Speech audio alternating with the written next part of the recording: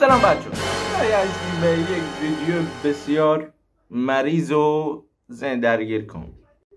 امروز یه داستانی براتون آوردم که امیدوارم از این داستان لذت ببرید.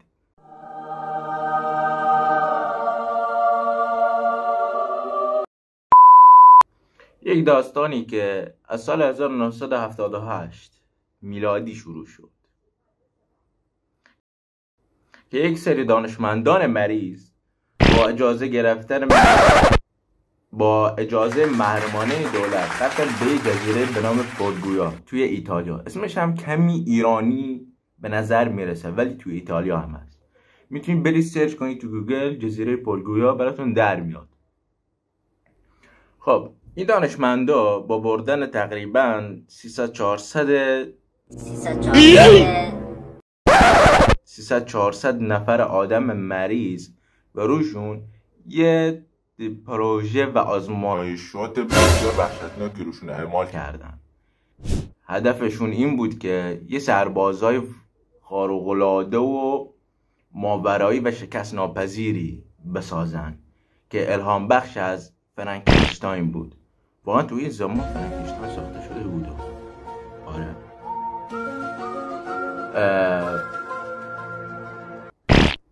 خب بعد از چند ماه این آزمایشات رو اعمال کردن روی این آدمای مریض و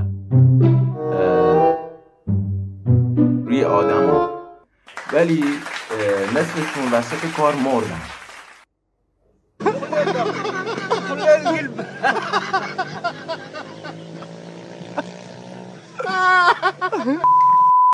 و بقیه دیگه آدم عادی نبودن، به یک هیوله های ماورایی و شکست ناپذیری تبدیل شدن که تمام دانشمندای توی این جزیره و افراد دیگه که توی این جزیره بودن و کشت و بد جورم کشت.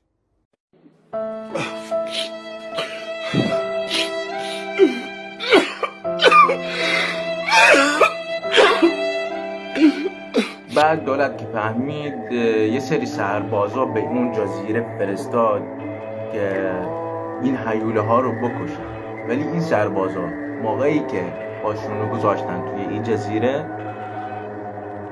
تیکه تیکه شدن. بله تیکه تیکه شدن.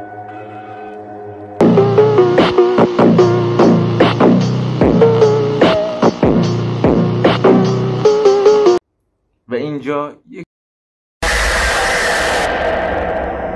سازمان فوق سری اینجا دخالت کرد.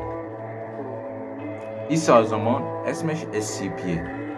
بکنم خیلیاتون که این ویدیو رو داریم میبینید SCP رو میشناسید، ولی بذار یه توضیح خلاصه از این سازمان براتون بکنم. سازمان SCP یک سازمان بسیار پیچیده و سری هست که کارش گرفتن موجودات ماورایی و هر چیزی که به ما انسان‌ها آسیب میرسونه رو میگیره و قرنطینه میکنه یا اصلا از محیط زندگی انسان‌ها دور میکنه تا هیچ آسیبی به ما نرسونه. این کارشه و هر چیزی میتونه باشه، حتی یک کلید، یک در، یا تا برسه به موجوداتی که میتونن با یک ضربه کل انسان‌ها رو له کنه و زندگیشون رو نابود کنه، اصلا کل زندگی کره زمین رو از هم بپاشه. ولی این کار کمی تخیلی به نظر میاد. خب سازمان SCP هم کارش اینه دیگه، هر چیزی که به ما تهدید میرسونه میگیره و از محیط ما انسان‌ها دور میکنه.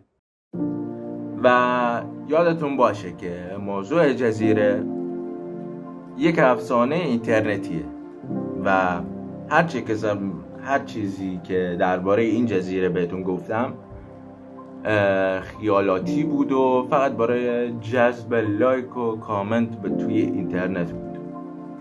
ولی موضوع این سازمان دیگه میل خودتونه، میخواید باور کنید یا باور نکنید. خب بچه ها تا پایان این ویدیو رسیدیم. تا ویدیوهای بعد خدا نگهدار.